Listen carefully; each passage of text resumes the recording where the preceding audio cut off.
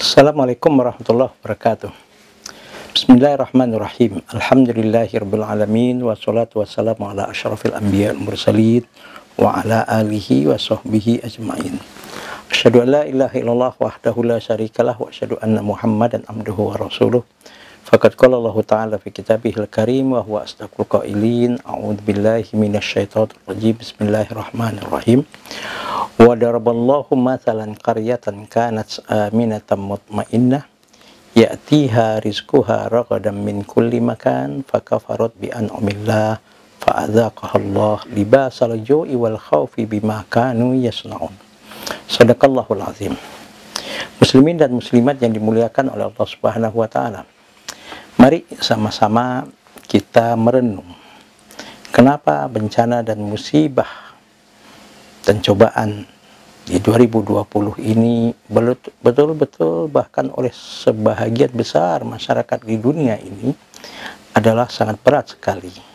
Bukan hanya menghancurkan tatanan-tatanan yang disebut dengan ekonomi, bahkan banyak juga yang meninggal dunia karena bencana dan musibah ini, yaitu dengan mewabahnya virus COVID-19. Subhanallah. Dalam Al-Quran surat An-Nahl ayat 112 Allah Subhanahu wa ta'ala mengingatkan kepada kita, wa daraballahu mathalan qaryatan kanat aminatan mutmainnah. Dan Allah memberikan satu percontohan suatu negara, bahkan rasanya bukan satu negara lagi sekarang, banyak negara, yang mana kita tahu sudah lebih 200 negara yang terpapar dengan virus COVID-19 ini. Subhanallah, lebih 2 juta orang yang sudah terkena positif virus ini. Bahkan sudah banyak sekali yang meninggal dunia. Maka Allah mengatakan, wa daraballahu mathalan qaryatan aminatan mutmainnah.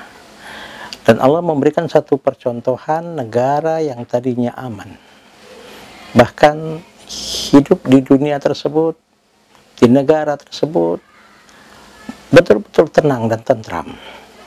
Bahkan ya'tiha rizquha ragadan min kulli makan. Penduduk yang hidup di negeri tersebut betul-betul mendapatkan rezeki yang berlimpah ruah dari segala tempat dan penjuru. Tapi apa kata Allah? Fakafarat bi an'umillah. Telah banyak sudah hamba-hambaku yang hidup di negara-negara tersebut kufur dengan nikmat yang aku berikan, kata Allah. Akhirnya fa'adzaqahallah libasal ju'i wal khaufi bima kanu yasnaun. Kami timpakan kepada mereka bencana dan musibah yang bahkan kadang-kadang pakaian bencana ini laksana pakaian, yaitu belum selesai bencana yang satu datang lagi bencana yang lain, belum selesai bencana yang satu datang lagi bencana yang lain, bertubi-tubi banyak sekali bencana dan musibah yang menimpa, yaitu libasal ju', yang mana bencana itu menyebabkan kelaparan, wal khaufi, bahkan ketakutan yang mencekam. Allah katakan bimakan yaksibun, semua ini adalah akibat perbuatan mereka sendiri yang menyebabkan akhirnya bencana dan musibah. Bahkan kalau boleh dikatakan adalah murka Allah, murka Tuhan, akhirnya datang juga menimpa mereka. Usikum wa nafsi wa iyaya bitaqwallah. Mari sama-sama kita merenung apa sebabnya dan mengapa sebabnya. Padahal kehidupan yang tadinya tenang, tentram, bahkan kita sekarang baru merasakan bagaimana nikmatnya hidup. Tidak ada wabah, apalagi yang menakutkan, yang membuat banyak manusia seperti terkurung. Ya Allah, tidak bisa kemana-mana karena kita tidak tahu di mana virus tersebut. Sebetulnya dalam ayat ini jelas kenikmatan, ketentraman, kenyamanan, rezeki yang berlimpah ruah yang Allah sudah berikan tersebut. Fakafarat bi an'umillah. Banyak sekali hamba-hamba Allah yang tidak pandai mensyukuri nikmat yang aku berikan tersebut, kata Allah. Artinya adalah hati mereka, manusia-manusia ini, begitu sudah banyak nikmat yang Allah berikan, tapi hatinya belum bisa menerima penuh dengan ridho dan puas. Masih saja merasa kurang dan merasa kurang dan merasa kurang. Bahkan semakin luas rezekinya, dia merasa semakin kurang. Maaf, bagaikan orang minum air laut. Makin diminum itu air makin merasa haus, makin diminum makin merasa haus. Hatinya tidak pernah merasa puas dan ridho dengan apapun yang Allah berikan selama ini. Bahkan dari lidahnya pun keluar kata-kata yang tidak sepatutnya, keluar ungkapan-ungkapan yang tidak pantas, yang tidak sesuai, yang kadang-kadang ucapan-ucapan yang dimurkai oleh Allah Subhanahu wa Ta'ala.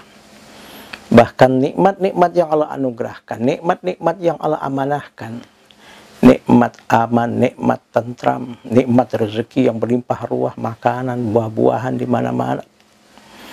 Bahkan nikmat oksigen yang begitu subhanallah kalau kita berjalan di pagi hari. Subhanallah. Nikmat kesehatan. Itu banyak sekali manusia tidak menggunakan nikmat tersebut di jalan yang diridhoinya.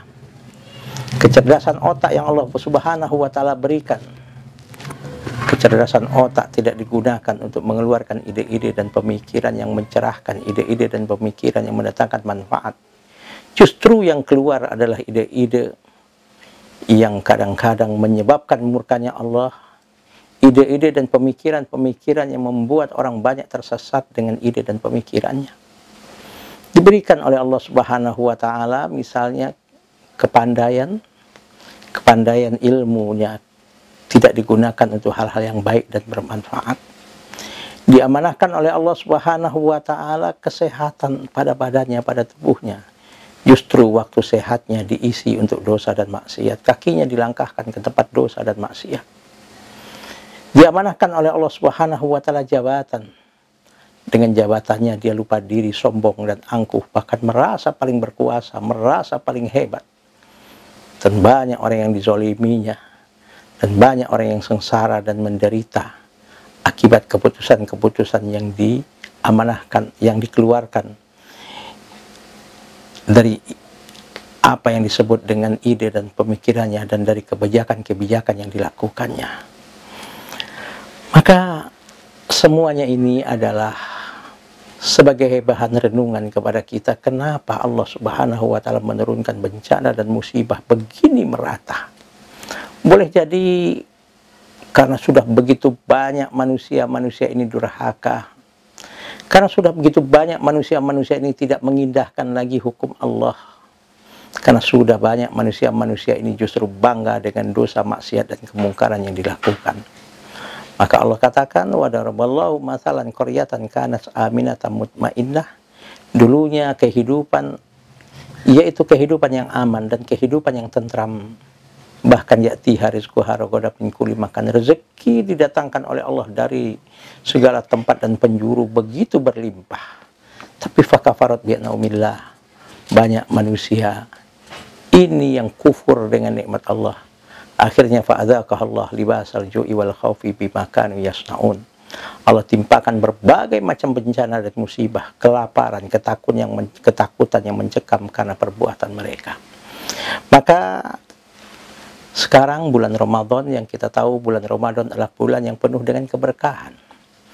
Bulan Ramadan adalah bulan yang sangat-sangat istimewa di sisi Allah Subhanahu wa Ta'ala. Mari sama-sama kita jadikan momentum Ramadan tahun ini, 1441 ini, sebagai bahan dan sebagai kesempatan untuk kita introspeksi diri.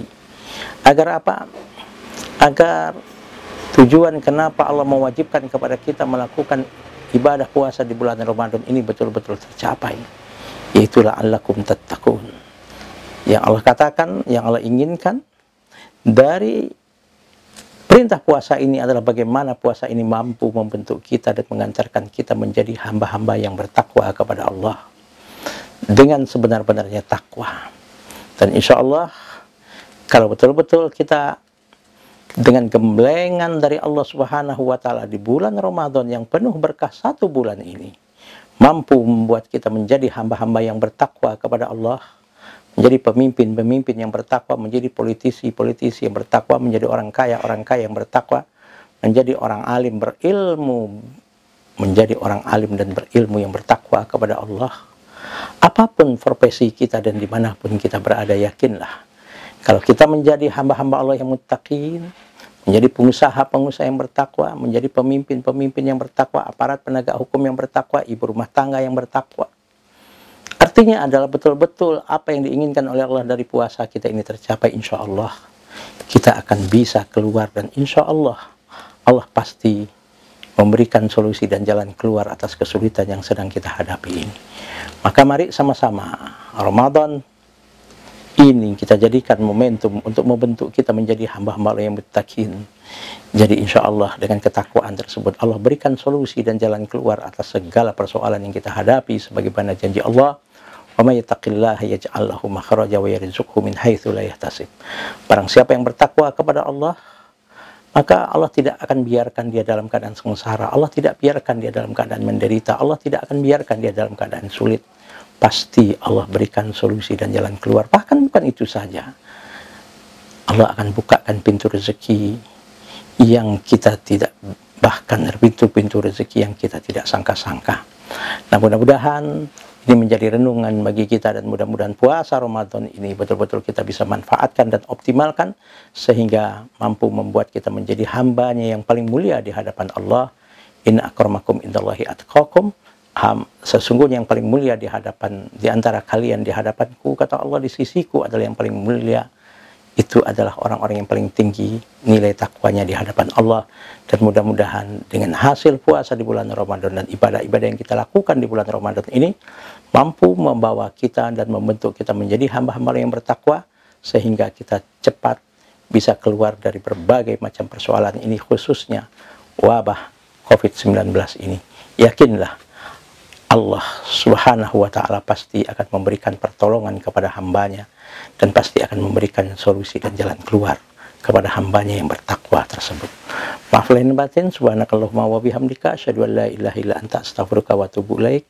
Wallahul muwaffiq ila aqwamit thoriq. Wassalamualaikum warahmatullahi wabarakatuh.